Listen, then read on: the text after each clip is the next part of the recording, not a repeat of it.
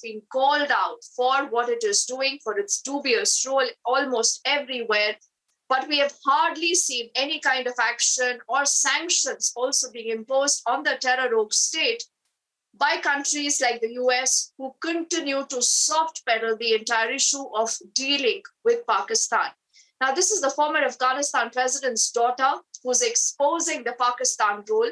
She says you need to end the epicenter of jihad and engage with Pakistan. Pakistan, remember, here is referred to as the epicenter of jihad. One more embarrassment that is coming in for the rogue state Pakistan, whose own president, Imran Khan, actually has been the spokesperson for the Taliban. Epicenter of jihad is seriously engaging with Pakistan.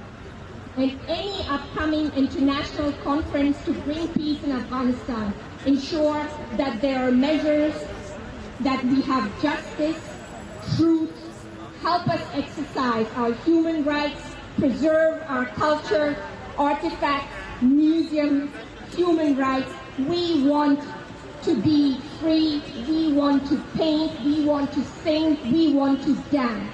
Help us to do that. Help us have a colorful life.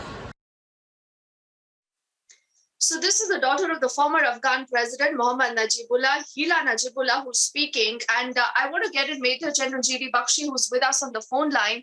Gen G.D. Bakshi, she says that do not legitimize the Taliban rule, for they have taken over under the barrel of a gun. And I think that's a very clear, loud, and a revealing message today for a lot of countries who not just want to do business with the Taliban, sir, but who are willing to not act against Pakistan like the US. Absolutely right, she is. You know, we just had the former Canadian ambassador to Afghanistan talking on a news channel, and he said we should not let down the people of Afghanistan. It is Pakistan which has conquered Afghanistan, enslaved Afghanistan through the instrumentality of a bestial, lunatic organization like the Taliban. The people of Afghanistan have voted with their feet by the way they are trying to escape from that hellhole called Afghanistan, which Pakistan has turned it into. Let us not surrender before Pakistan. Let us not just give in before the Taliban. Let us fight back. Let the free world fight back. Let India lead that fight. For God's sake, we had another message from the president, the acting president of Afghanistan, Amrullah Saleh, who's called from the Panjshir Valley. He says Afghanistan is wounded. It is not dead. It can fight back. It is fighting back. And there are people in India who want us to suck up to Pakistan, to suck up to the Taliban and surrender and say that, okay, yes, it belongs to the Taliban. It does not. It belongs to the people of Afghanistan who wish to be free, who wish to fight back. For God's sake, let us not give in so tamely. But General G.D. Bakshi Saab, there is one more question about the hypocrisy of a lot of these countries who believe that they are superpowers. You know, why haven't we seen the US acting against Pakistan? Why is there no talk of sanctions against the Pakistan or Taliban? I'm very sorry to state that the way the United States has conducted itself in the withdrawal from Afghanistan is nothing short of a military disgrace. I'm sorry they have let themselves down in the eyes of the whole world.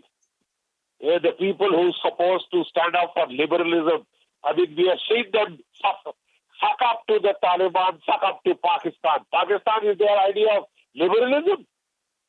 I mean, this is appalling. You know, if this is the way they are going to run away from a ragtag outfit like the Taliban, do we expect them to help us when we have to fight China? Will the nations of the world now trust the United States again? I'm sorry, they have egg all over their face. They have egg all over their face. And they'll have to work to reclaim the faith of the rest of the world, including Europe. if the Americans can impose sanctions on Putin, on Russia, for what they allege is the invasion of the Ukraine, this is also an invasion of a country by Pakistan, by proxy. Absolutely. Why should sanctions not be imposed on Pakistan?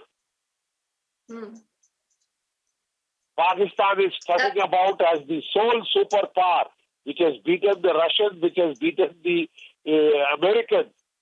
I think Pakistan needs a strong reality check before it grows bigger than its shoes.